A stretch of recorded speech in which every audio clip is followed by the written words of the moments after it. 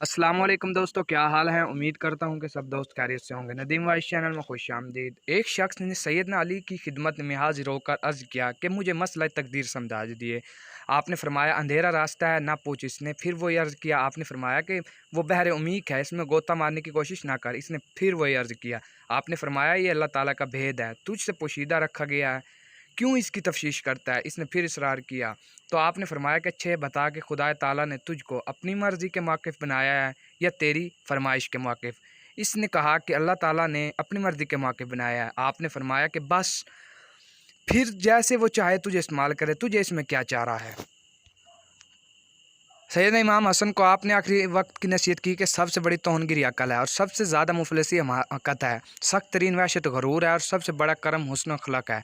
احمق کی صحبت سے پرہیز کرو، وہ چاہتا تو ہے کہ تمہیں نفع پہنچائے لیکن نقصان پہنچاتا ہے۔ جھوٹے سے پرہیز کرو کیونکہ وہ قریب ترین کو بعید اور بعید ترین ہے۔ بخیل سے بھی پرہیز کرو کیونکہ وہ تم سے وہ چیز چھڑوا دے گا جس کی تم کو سخت احتیاج ہے۔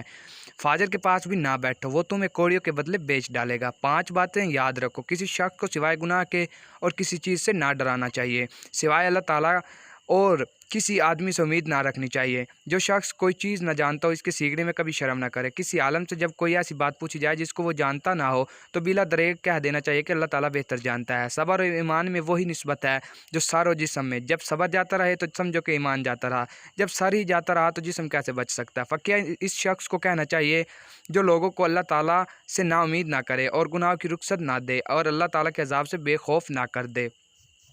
قرآن شریف سے اراض کرا کر کسی اور چیز کی طرف مائل نہ کر دے۔ انار کو اس پتلی سے جھلی کے ساتھ کھانا چاہیے جو دانوں کے درمیان ہوتی ہے، کیونکہ وہ معدے میں جا کر غذا کو پکا دیتی ہے۔ مزید ویڈیو کے لیے میرے چینل کو سبسکرائب کریں۔